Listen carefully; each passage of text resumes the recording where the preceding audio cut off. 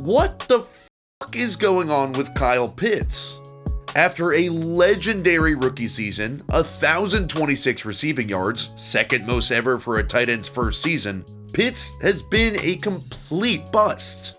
He's never topped 670 yards again in the 3 years since. He's burned every fantasy team in existence 3 years running. Kyle Pitts was gonna be the next big thing in Atlanta, so how did all of this completely crash out?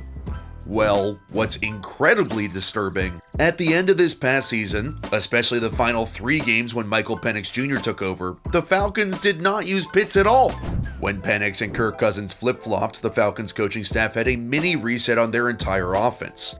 Until then, Pitts had been on the field for 65% of the Falcons snaps, already not great. Well, that number fell all the way down to 45% over those final 3 games. And even when he was used incorrectly, he wasn't targeted much at all, he was never the first read, he was a complete and utter afterthought. Before we dive deeper into what all of that means, I want to thank this week's sponsor, SeatGeek. Folks, we made it. The NFL season is coming, we are back. With the season about to kick off, SeatGeek is the best app to use for buying preseason or regular season tickets for your favorite team. I'm about to hit Dolphins Bears for week 1 preseason. I'm going to Bengals at Broncos, Bills at Steelers. I've been hitting non-stop Cubs games all summer. Sports Live are second to none. Whenever I'm going to check one out, there are still a few others I'm thinking about. I always rock with SeatGeek. I prefer them because their app rates the deals for each game based on the best deal for each seat. A green dot means you're getting a great deal, a red dot means no. I'll use the apps months, weeks, or even hours before the game, concert, festival, anything I'm about to go to, green dot it, and I'm there. Every ticket is backed by their buyer guarantee, and you can use my promo code Rollins10 to get 10% off your next set of tickets at SeatGeek. That's 10% off any set of tickets with code Rollins10. Studying how the Falcons used Pitts at the end of the season was shocking. They didn't. Below 50% snap rate is brutal, and in the passing game, he was barely even a part of it. He was targeted just 10 times in these 3 games, totaling 7 catches for 65 yards. And the way the Falcons deployed him was depressing. Instead of designing plays for a 6'5", 245-pound guy who runs a 4.44, he was almost always a runoff receiver to move coverage away from the actual guy the Falcons were trying to target. For example, Atlanta's running a go and option route. The Brady Patriots famously called this a Gotti concept, where Pitts is running off the coverage to make sure the cornerback can't dive in and make a play on the option, so Drake London has more room, even though he gets bracketed, and he makes the catch.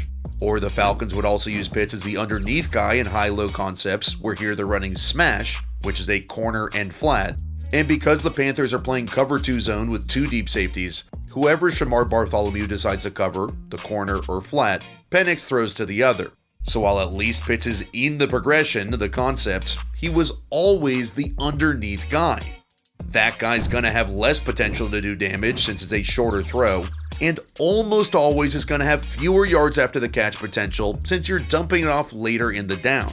The underneath guy in high-lows are also usually running more stationary routes where you're not moving at the catch point, so it's harder for them to transition to on the move. A lot of the time, like the high majority, he's a chip receiver, where he's giving chip help to the left or right tackle in protection, then running to the flat. This couldn't be further from the we're scheming up concepts for our guy to get open, we need to feature this guy.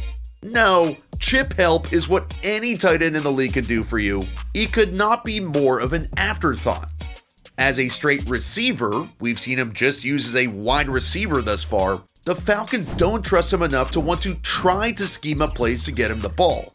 But obviously, he is a tight end. There is an extra added value to being a tight end. And when the Falcons made the pick, there was an actual philosophy behind drafting Pitts. He could be used as a hybrid tight end to give Atlanta the advantage against any defensive personnel group. And here's what that means. 99% of the time, defenses play base personnel when the offense has a personnel grouping of just 2 wide receivers. Base personnel has 2 safeties and 2 cornerbacks, and then they're either playing a 3-4, 3D linemen, 4 linebackers, or 4-3, 4 linemen, 3 backers. When the offense adds a wide receiver by swapping out a tight end or running back, Let's say we're playing man coverage and the two cornerbacks are on the two wide receivers outside. Well, now we'd have a third wide receiver matched on a linebacker, a speed mismatch. So defenses swap a linebacker for another cornerback to match up like body for like body. This is the beauty of the hybrid tight end. Let's say we're in just a two wide receiver set, here with two tight ends and a running back, 12 personnel. With Pitts, of course, one of the tight ends, so the defense goes back to base defense. If it's man coverage and these two are on the receivers, because Pitts is hypothetically such a good receiver, this should be a mismatch. He should be faster than any other linebacker because they're too heavy and slow, and should be able to beat any safety with size because he's much bigger. But here's an example of him getting flexed out against safety Jeremy Chin. He's just not good enough to win, even though he should have the size and, honestly, 4.44 speed advantage. And going back to the personnel side of things, what makes a good hybrid tight end even juicier is, let's say against 12 personnel, defenses are staying in base and we're flexing out Pitts a lot and it's working. If defenses swap from base to nickel and start treating him as a wide receiver, now the defense is light against the run, they're down a linebacker, so Pitts is a blocker, we should be able to destroy him on the ground. The complete hybrid tight ends like George Kittle, Gronk, these guys force the defense to pick their poison. Either go light against us and we'll pound you running the ball, or like here in Super Bowl 49, the Patriots flex out Gronk, KJ Wright the linebacker has to cover him, and boom, the Patriots said, we're gonna pound you with Gronk, and if you go heavy because we're whooping your ass and you're treating him like a tight end, we'll make him a wide receiver. Well, the Falcons have given up on all of that.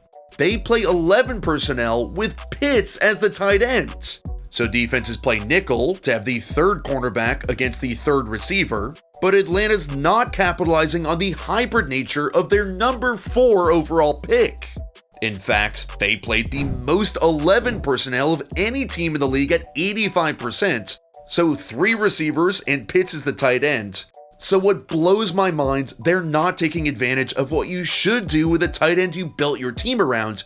You should use 12 personnel and force the defense to pick their poison, light or heavy.